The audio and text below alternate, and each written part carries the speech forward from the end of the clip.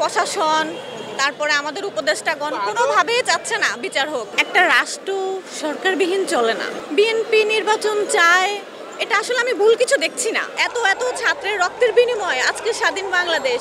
এখন বিএনপি সরকার ক্ষমতায় নেই, কিছু হলেই ওনারা বিএনপির উপরে দোষ চাপাচ্ছে, নিজেরা কোনো কিছুই করছে না। এটা আসলে একাত্ম ওনারাই বলতে পারবে আসলে ওনারা কেন বিচার করছে না আর ওনারা আসলে চাচ্ছেটা কি। এটা আসলে আমরা বলতে পারি না, কারণ হচ্ছে আমরা তো, আপনারাও দেখছেন আমরাও দেখছি দেশ চলছে কিভাবে, দেশে হচ্ছে কি।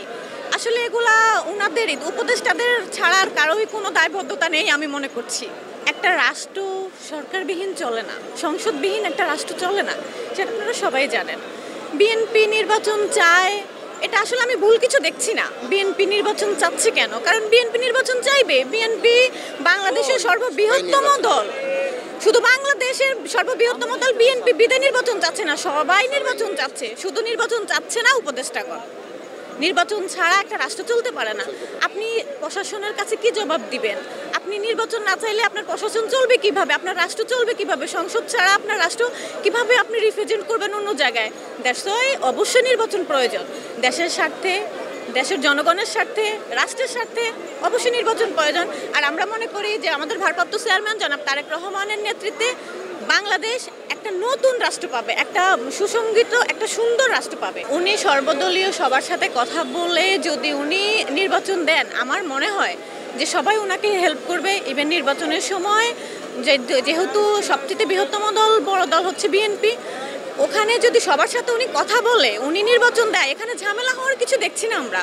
নির্বাচনটা খুবই জরুরি বাংলাদেশে আমি মনে করছি। আপনি যখন বিয়ে করবেন তখন আপনি শ্বশুরবাড়ি যাবেন, বিয়ে ছাড়া তো আপনি শ্বশুরবাড়ি যেতে পারবেন না। তাহলে আপনারা খুবই ভালোভাবে বুঝেন যে আসলে বিয়ের পরে শ্বশুরবাড়ি যাবেন না বিয়ের আগে, বিয়ে ঠিক হওয়ার পর আপনি শ্বশুরবাড়ি নির্ধারণ করবেন, কোনটা আগে প্রয়োজন। এটা তো দেশের মানুষ খুব ভালো জানে, দেশ তো এখানে উত্তর দেওয়ার কিছুই নেই। নিষিদ্ধ ছাত্রলীগ সবসময় একটা অপরাজনীতি করেছে, তার ধারাবাহিকতায় সবাই মনে করতো যে ছাত্র রাজনীতি খারাপ।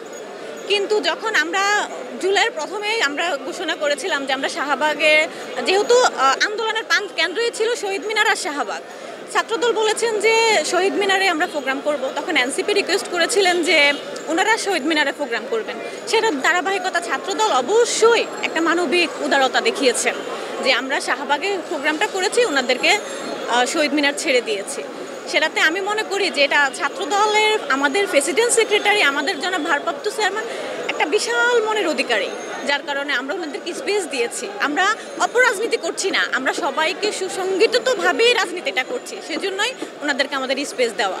আর আজকে আমাদের ছাত্রদলের এককভাবে সারা বাংলাদেশ থেকে ছাত্র সমাবেশ ঘোষণা করেছিলেন আমাদের দলের ভারপ্রাপ্ত চেয়ারম্যান জনাব তারেক রহমান। সেই কর্মসূচির ধারাবাহিকতাভাবে আজকে আমাদের ছাত্র সমাবেশ, সারা বাংলাদেশের সকল পর্যায়ের ছাত্রদলের সকল নেতাকর্মী এসেছেন ঢাকাতে, একত্রিত হয়েছেন। এটাকে বলা যায় একটা মিলন মেলা।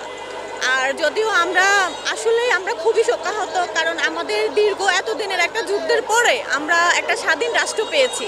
ফ্যাসিস্ট হাসিনার বিদায় হয়েছে, আমরা স্বাধীন বাংলাদেশ পেয়েছি। সেই উপলক্ষে আমাদের আজকে ছাত্র সমাবেশ।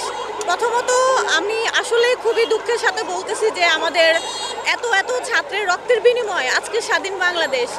অনেক ছাত্রদলের অনেক নেতাকর্মী আহত নিহত হয়েছেন। আমরা তাদের আত্মা, যারা আহত হয়েছেন তাদের সুস্থতা কামনা করছি, আর যারা নিহত হয়েছেন তাদের আত্মার মাগফিরাত কামনা করছি। আমিও আহত, সায়েন্স ল্যাবে আমারও হাত ভাঙা, আমিও আহত হয়েছি। তবে আজকে ভালো লাগছে এই মিলন মেলা দেখে, আজকে খুবই ভালো লাগতেছে যে ছাত্র দলের উদ্যোগে এত বড়, এত মানুষের আজকে মিলন মেলা, সেটা দেখে আমরা আসলে খুবই আনন্দিত। আপনারা সবাই দেখছেন আমাদের রাষ্ট্র পরিচালনা করছেন উপদেষ্টারা।